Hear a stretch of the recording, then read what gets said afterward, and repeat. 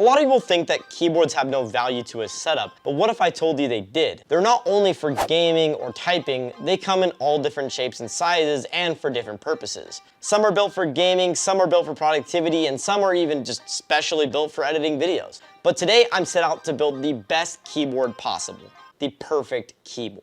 Obviously, there's no way to tell the perfect keyboard because everyone's preferences are different. Some people need them for different uses. For me, there are some things that I absolutely need to have, and these are the things.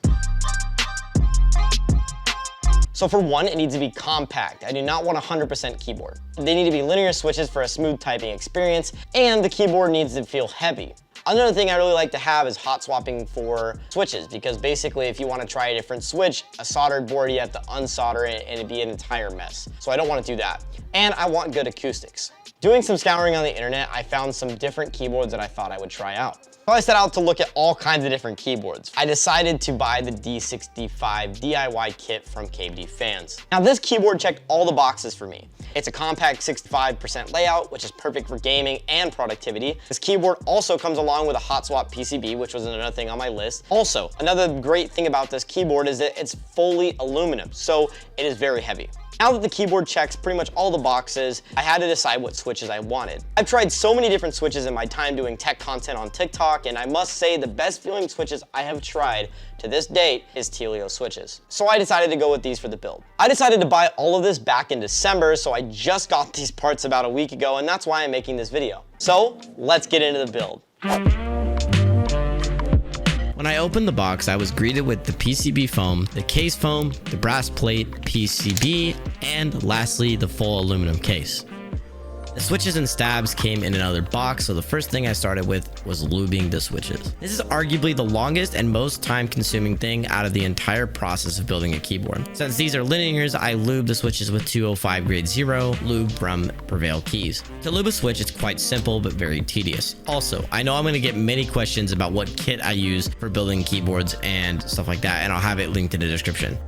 The first thing you do is start by taking the switch apart. In this kit that I have, it has a switch separator. Once you use this, it separates the switch into a couple different pieces. Top and bottom housing, the stem, and the spring. You want to lightly coat the bottom housing and the stem with lube. It seems pretty easy, right? Yeah, but imagine doing this for 70 switches. It kind of suddenly becomes hard. This part of the process roughly took me about 2 hours to lube all 70, and after lubing all the switches, it was time to lube the stabilizers. The stabilizers, or stabs for short, are an important part of the keyboard. They are a component that is placed underneath the larger keys like spacebar, backspace, enter, and shift, and these stabilizers are placed to prevent larger keys from moving around while they'll type, and lubing them is essential. There are a lot of other mods for stabs, but in this video, I only lube them. These 4 stabs took me about 30-ish minutes to lube and make sure that they were all put together. Then it was time to mount them to the keyboard. I started by screwing the stabs to the PCB, and then I placed foam in between the plate and the PCB. Once this was done, then it was time to put the switches in the board. After doing that, it was time to put foam around the sides and have an even seal. And now it's time to put on the keycaps, which I actually did on stream.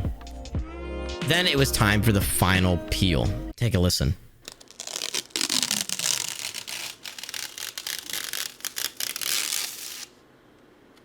Now that we're done with the build, it's time for the sound test.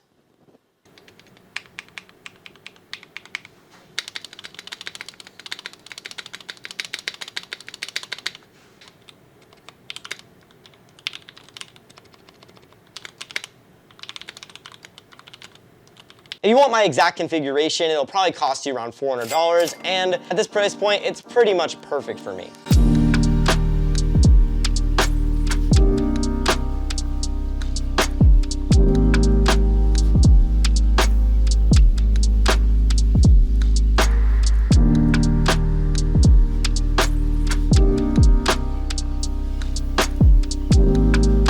If you guys see anything in this video that you liked, everything will be linked in the description down below. And hey, if you guys want to watch more of my keyboard build videos, click this playlist right here.